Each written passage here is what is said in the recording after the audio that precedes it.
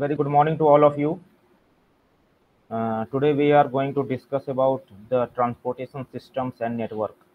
Okay, so when we talk about urban planning or regional planning, so transportation is an important part of urban area. Okay, the rapid urbanization is also increasing the number of vehicles. So for that, we should have good transportation system. We should have good network system, network of the roads, so that we can easily move from one place to another place without traffic jam, without any kind of uh, destruction. So transportation system, the development or the you can say the construction of the transportation system is a important activity in urban and regional planning. So today's topic is about the transportation system. We will see different types of transportation system and how we can work on the development of transportation system. So before starting the topic, this is the content of the lecture of today's topic. First, we will discuss transportation and commercial geography, then transport cost, transportation network, and transportation supply and the demand. So first one is this a transportation network. So transportation network may be also categorized into three types. That first we will see what is transport network. Okay, then the topology and the typology of the network. That is the relationship of different networks and the space. So first, I would like to start with the transport network. So transport network, it's a kind of a framework of the routes between the location. When we talk about the network, let's say internet. Internet is a connection of different computers, different servers. So transport network is a kind of framework of different routes between different locations. It may have two types, a permanent track or the scheduled service. Okay, suppose if you want to move from one location to another location, so you need to follow some route, you need to follow some road, that is known as transport network. Each and every location, each and every destination or each and every place are connected with each other through the routes or the roads, that is known as transport network. Okay, so various types of the links between the points along which movement can take place, it creates the accessibility. Okay, the transport network provides you the accessibility to the location, to the place where you want to go. Okay, so for that we need to have some routes, we need to have a network of the routes between different locations. It may be routes, it may be railway line, it may be also the airlines and transit line, trains. Okay, network structure ranges from centripetal and centrifugal. It can express the inequalities between the places. It also expresses the transport rate and integration processes impacted on the structure and flows of the transportation network. Okay, now yeah, here there are two kinds of network maybe there, centrifugal and centripetal. Okay, centrifugal is having all the locations, they are at the distant places, they are connected with each other, but they are having at the same place at different places with the same distance, that is centrifugal. Centripetal means all the connecting road are moving to a certain point. Okay, that is here figure you see in figure 1. This is the centrifugal network. Centrifugal means all the roads are away from each other, they are well connected with each other, but they are at the same distance, they are having some distance between each other. Okay, that is centrifugal, means they are going to outside the city. And centripetal means all the roads are coming towards the center of the city, they are connecting to a common point, they are connecting to a single location in the city, that is known as centripetal. So the network, the road network may be of two types, that is centrifugal and the centripetal. You can see here the configuration of the centrifugal and centripetal.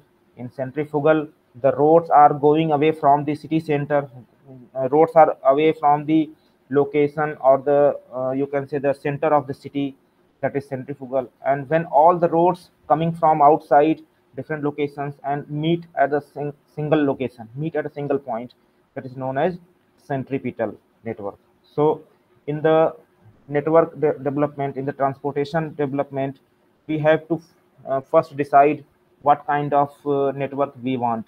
If we want, if you are having centrifugal then we can work accordingly. If we are having centripetal network, if we want centripetal network, then we can work accordingly. Okay, so this is also a network structure. Okay, network structure may also be different types: centralized, decentralized, or distributed. Okay, centralized means the same thing.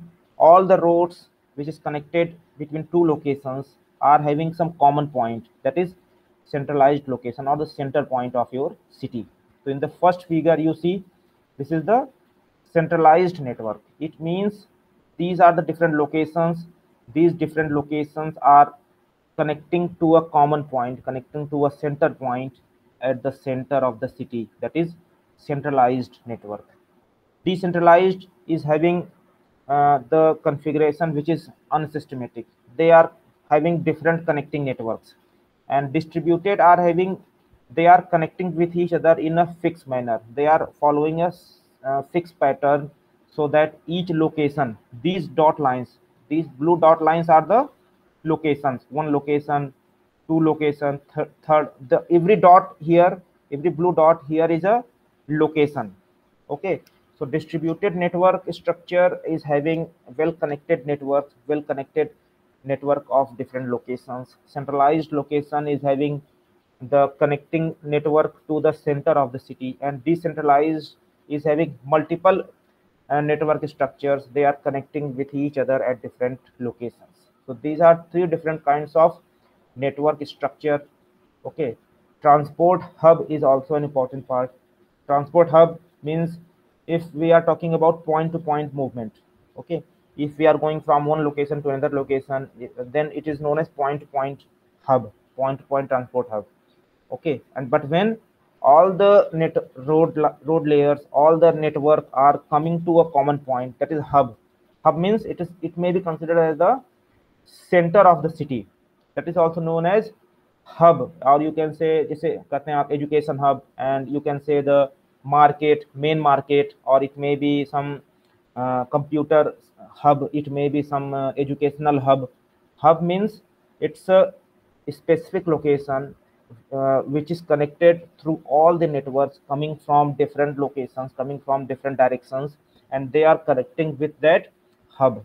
So it may be of two types: point to point. In point to point networking, all the points are connected with each other. They are not connecting to a common location. They are not connecting at a common place. But when we talk about hub and spoke, they are the locations which is connecting at a common point. It is a hub. So this is a transport hub. Okay. So the cost, revenue, and the level of network coverage. Cost is also important. So these are some locations, numbers which is written here: 5, 3, 7, 4. Okay, these are some locations. These are some points, and they are connecting with each other. So suppose if we are having four locations: 5, 3, 7, 4, 10. So first, it is easy to connect location 5 to location 10, and all the other locations 3, 4, 7 are near to that connecting road. So this is the network coverage. Means this road is only covering two locations, 5 and 10, and 4, 7, 3 are left away from that network. While in the figure D, you see, in the figure D, all the points are well connected with each other. It means this network or this road network are well connected through all the points through some network, so that it can cover the entire location. So if someone want to move from one place to another place, and if someone wants to just stay at the middle location, so you have to follow such kind of route that is shown in the figure D. Figure A is only one connecting road, that is connecting location 5 to location 10. And if someone want to go to location 3, location 4, location 5, so there is no connecting road. Okay, but if this figure D, they are having such a connection that they, all the networks, all the points are connected with each other. This is the D. This is the connectivity. Okay, so this is well connected network. Figure D is considered as the well connected networks because it is connecting each and every location on that area. Okay, so this is the And by the connecting network, by the increased connection, by the increased connecting network, the cost will also be increased. Okay, so this is the way in which we can see how the cost of the construction of road is increased. If you want to connect more locations in a single road, so definitely the cost will be increased, but it also helps you to connect all the points so that a person can move from one place to another place by connecting all the in between locations. Okay, so okay, this is the impacts of the integration process on the network and flows. Okay, so network is there and it is an international border. If you want to if you are at the border area, this is an international border. Okay, and if you want to connect, if you want to integrate different locations, okay, so this is the way in which you can connect different locations, different points on that network. That is before the integration and after the integration. Before the integration means some points are not well connected with each other. Okay, but there are only one road. There are only one road which is connecting two locations from both sides of the international border. But here after integration, you see there are multiple networks that connects different locations from both sides of the international boundary. So this is the impact of the integration process. If we are having only one connecting road, so there may be the problem in case of a high traffic jam. So you need to work on the multiple networking roads so that transportation will be easy. There may be not problem of the different kinds of traffic jam and other things. Now, second important term is topology. Topology, you have heard this word topology in GIS. Topology tells us the spatial relationship between different vector files, different, you can say the point line polygon features. So here topology is also a same meaning. It is the arrangement and connectivity of the network. How both, how different roads or how different road networks, how different transportation networks are connected with each other, and what is the arrangement of that network. This is known as topology, and each network has a specific topology. A road network can have specific topology depending on the connecting sites, how they are connecting different locations from one place to another place. Okay, so this is the topology of a network. How you see here, how both how different locations. One, these blue circles are the locations. So you can see here how different locations are connected with each other, and this is the way in which you can see that this is the arrangement of the network. There may be some entry point, there may be some exit point, there may be some entry and exit point both at different locations. So this is the topology. In urban area, in any city, you have seen that this kind of topological structure, this kind of topology, like multiple locations, multiple you can say the points can be connected with each other, having some roads, having some network. So in some cases you have seen unidirectional link, means you have to only one way to go that, but in some roads you have bidirectional link, and you can go and come back on that same road. Okay, so this is the way in which topology of a network works, how you can connecting different locations by using some road network. Okay, so this is very important to see if you are using unidirectional link or bidirectional link. In case of unidirectional link, multiple locations are connected with each other, that is having only one way to go, not another way to go back. Okay, but in bidirectional link, you may have both going and back, coming back to the location. That is bidirectional link. So this is the topological structure of the network. Okay, these are different kinds of network topology depending on the requirement, depending on the need, or depending on the availability of the space. Anyone can use any of this network topology. Okay, the different network topology have different structure. Linear means all the point locations, all the locations are connecting in a linear manner. Tree structure, you see here, all the point locations are connected with each other in a tree structured format. Hub and spoke. hub and spoke is well known that all the point locations are connected through a central location. Means these locations, these surrounding locations are connected to a common location that is in between the network here.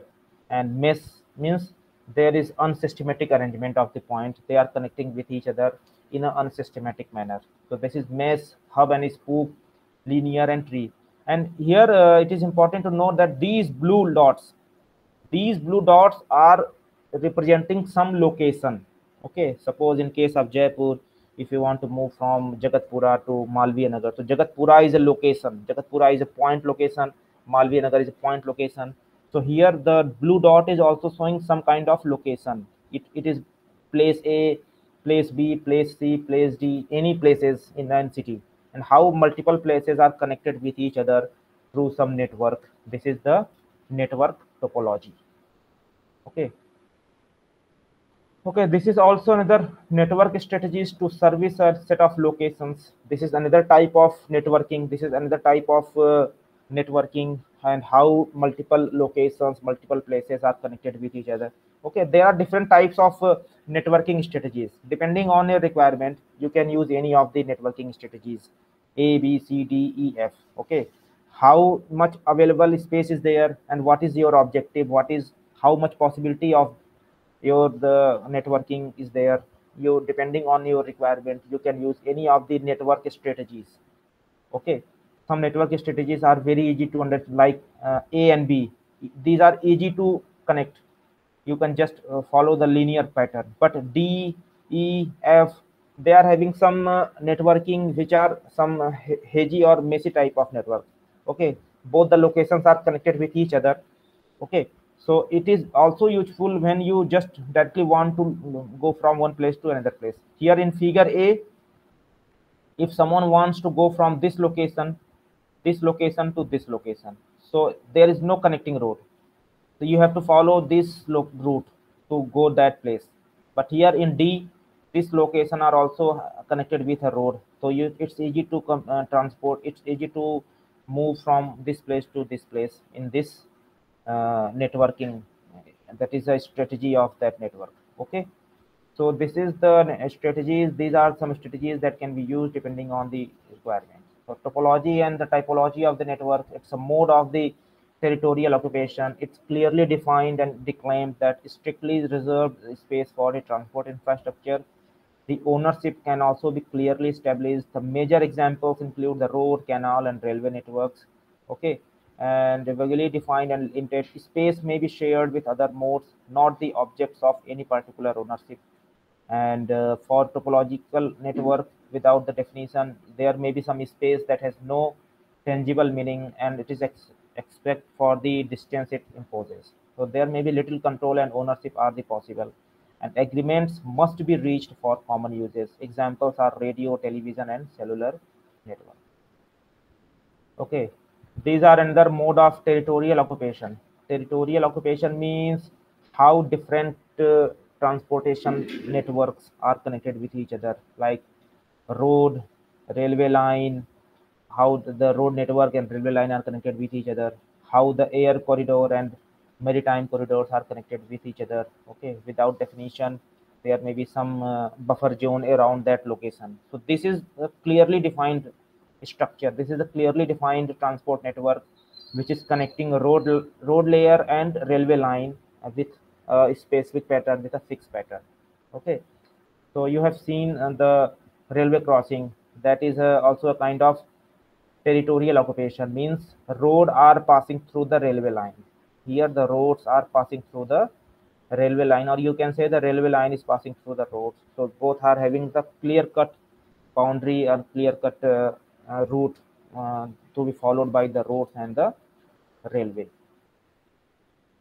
Networks and space, network transportation networks and space, it is having territorial organization of the economic activities. It is having efforts that incurred to overcome the distances. It is measured in absolute or relative terms. It is related to the continuity, topographic space, and the spatial control. The territory is a topological space having two or three dimensions, that is depending on the transport mode considered. The flows and the infrastructure are linear, having one dimension. So this is about the networks and the space, and you can have different transportation network and space depending on the available space. Transport network and space, here you see this is the accessible areas in the figure 3. This blue area is showing the accessible regions. Accessible areas means each and every network having some accessible areas.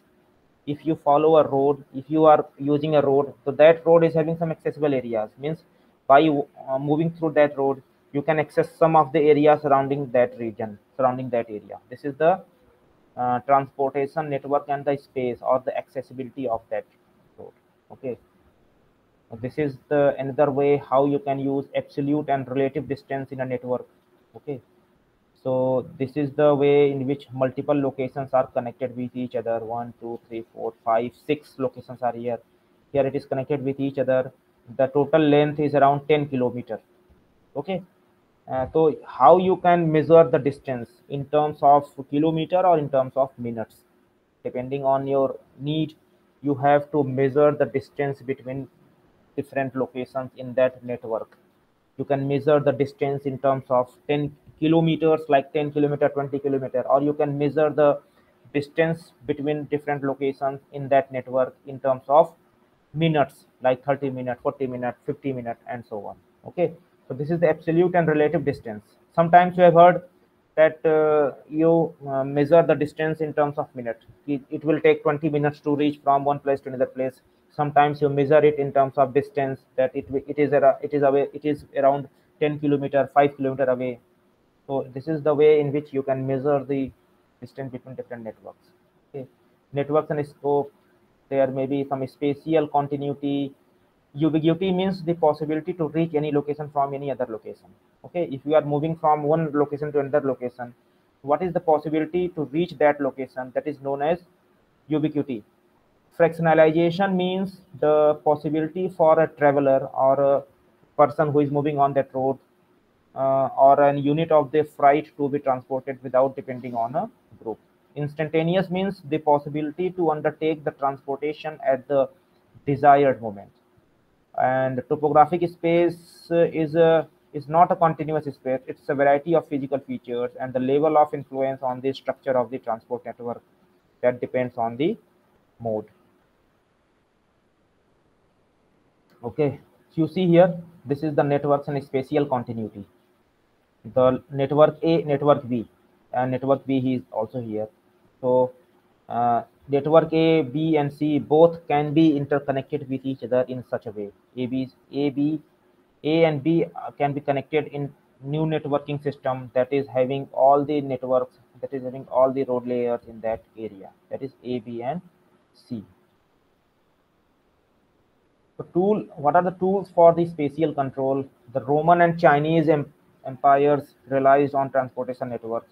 Okay, during the colonial era, during the development of the world, the maritime networks becomes a significant tool for trade. Maritime means समुद्री रास्ता, जो भी आप समुद्र के through या समंदर के थ्रू करते हैं, that is maritime network. So before the development of road network, before the development of railway lines, the maritime networks become a significant tool for the trading, exploitation, and political control. In 19th century, transportation network also become a tool for the nation building. With the starting of 19th century, the transportation network in terms of road, railway line, airlines, they also become a tool for the nation building and political control. In 20th century, roads and highways and were built to reinforce the purpose. And for the early 21st century, the telecommunication networks have become means of the spatial cohesion and the interaction. So before the development of the roads, before the construction of the transportation network, maritime network, समुद्री रास्ता, जो समंदर से आप trade करते हो, समुद्र के थ्रू जाते थे एक जगह से दूसरी जगह, that is initial phase of the transportation. But right now we are having roads, we are having railway lines, we are having underground tunnels, we are having metro lines, we are having some airlines for transportation. Okay, transportation supply and demand, it is having three parts: context, supply and demand function, and supply demand relationship. Okay, so transportation is also helpful in managing the supply demand. means what is the supply of that area and how much demand, what is the level of the supply to that area. Okay, so transport supply means it is the capacity of the infrastructure and transport mode, and over a geographically defined transport system and for a specific period of time, you have to check how much infrastructure, how much a road is capable to transport some goods, some things, some materials from one place to another place. So it is expressed in terms of infrastructure, services, and the network. And the quantification of transport supply may be in terms of per unit of time, number of passengers, the volume for liquids. When you are transporting, when you are transporting some liquids like oil and some other water are transporting from one place to another place. For that, you need to measure the transport supply in terms of volume. Okay, if you are transporting some material, that may be measured in terms of mass, for example kilogram, metric ton. Okay, so this is the transport supply, and each and every transport network having some limitation, that you have seen that in most of the roads you have seen the load capacity, means this much load can be beared by that road or pull or bridge. Okay, so this is the transport supply measurement. Transport demand is the expression of the transport that is need of a territory. Okay, how much demand is there? If this is an urbanized area, and if here is a population of 1000 people, what is the demand for that area, and how to generate the economy of that area. This is composed of the persons, the institutes, and the industries. So those needs can be satisfied fully, partially, or not at all. That is having quantification, the number of people, volume, or tons per unit of the time and the space. So this is the transport demand. How much demand of a particular object, whether it is vegetables, fruits, or it may be some other things. Any kind of daily use amenities may be considered as the transport demand. Okay, so this is the ton miles of the freight transported within the United States. This is a case study of the United States between 1975 to 2000. Okay, you see here most of the transportation was done by the railway line. So in India, we are also using railway network for transporting some objects from one place to another place. It may be oil, it may be fruits, it may be vegetables. Any of the thing can be transported from one place to another place through the railway line. After that, after railway line, second major component is the water network, means through the maritime network, samundri rasta, samundri jahaz ke through. Then pipeline, truck, airline.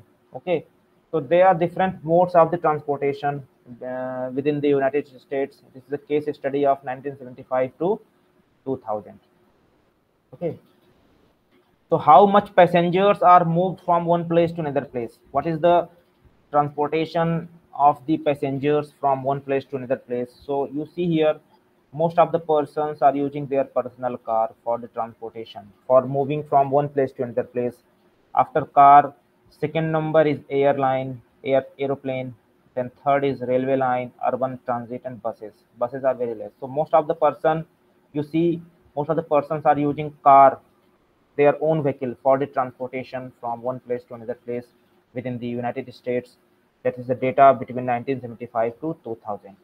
Okay, share of the total domestic freight activity. Domestic activities are totally based on the road network, then railway line, oil pipeline, water, and airline. So different kinds of the India. This is the case where different countries are having different kinds of domestic transportation. Okay, Canada, France, Germany, Italy, Japan, United States, United Kingdom. Different countries having different kinds of transportation facilities. Some of the countries are using a road network for the transportation. Some of the countries are using a railway line for the transportation. So this is the way we can have different domestic activities, domestic freight activities by different modes. That is the case. That is the data of around year 1996. Okay, so this is the figure showing the growth factor in transport demand. If the demand is increasing, if the average distance is increasing, so definitely there may be the quantity of passengers of the flight. Depending on the demand, depending on the distance, if the distance is increasing from one place to another place, so there may be the quantity of passengers of the flight from one location to another location. So this is the growth factor in the transport demand. Okay, the supply and demand functions. Transport supply is having the functions that may represent what are the main variables that is influencing the capacity of transport system. Variables are different for each mode. Road, rail, and telecommunications are dependent on the capacity of the routes and the vehicles. Air and maritime transportation is influenced by the capacity of the terminals. The transport of people and freight, it is expressed in number of vehicles, people, or tons over a time period. And the supply of one mode influences the supply of others. And the supply and demand function is dependent on the capacity of the international infrastructure. How much your network is capable to transport the things, the objects from one place to another place. It is also having major supply variables for transportation mode. Okay, atmospheric condition is also having important role in transportation mode. Okay, for road line, for railway line, for airline, for maritime. So these are some atmospheric conditions. For road, we are having different atmospheric condition. For railway line, we are having different atmospheric condition. Airlines and maritime, they are having different atmospheric conditions. And depending on the atmospheric conditions, these are some major variables that can be used for transportation modes. Okay, depending on the atmospheric condition. Supply demand function, it is related to the economic and social activity, and it is stable and recurrent, allows the planning of the services. Unstable and uncertain, it is difficult to offer an adequate level of services. So passengers, like when we talk about the passengers, these are the functions of the demographic attributes of the population of such income, age, standard of living, race, sex, as well as the model preferences. Information should be the population and the volume of the financial activities and the standards of the living and the education level. So you read all the things. It's easy thing. Transport supply and demand interaction, like having we are having supply curve, demand curve, and equilibrium price. Okay, these are some important relationship between supply and demand. Okay, this is the classic transport demand supply function. You can have the relationship between the cost and the traffic. If the traffic means the if the transport cost is increased, so definitely it will affect the demand and supply. Okay, so if the you have seen that if the petrol price, diesel prices is increasing, so at the same time the cost of the materials, cost of the fruits and vegetables are also increasing. So with the traffic condition, the cost, the demand and supply will also be affected. So this is the curve showing the classic transport demand supply function. Okay, considerations having entry cost, public sector, and elasticity. Entry cost means high in some sectors, maritime, railway, and airline, low in the other, trucking. Public sector is having high level of public involvement, and there is a provision of transport infrastructure. That's the transport costs are partially subsidized, and government control is there. There may be some direct ownership. Elasticity is a variation of the demand in response to a variation of the cost, and it is having transport demand has a tendency to be inelastic. So there may be some communication inelastic in terms of cost, but elastic in terms of the time, freight inelastic, or there may be some air transportation that is having elastic tourism. Okay, this is the graph showing the this is the graph between cost and traffic. Okay, so the emergency system is having high traffic facility, and this recreational activities is having less cost in comparison to the emergency and major purchases. So this graph is showing the transport facility, the traffic condition, and the cost of the material price, or you can say the economic activity in terms of the emergency services, communication services, major purchasing, special events, and social activities and recreational activities. Okay, This is the figure showing the transport supply, demand, and the travel time. So the depending on the time of the day, there may be the different traffic condition. So in the morning time, that is a peak time. Okay, most of the people will move to their working place, will move from one place to another place. So in the morning time, there may be the high traffic, and in the afternoon time, there is also a high traffic. Okay, so it is you have feel these kind of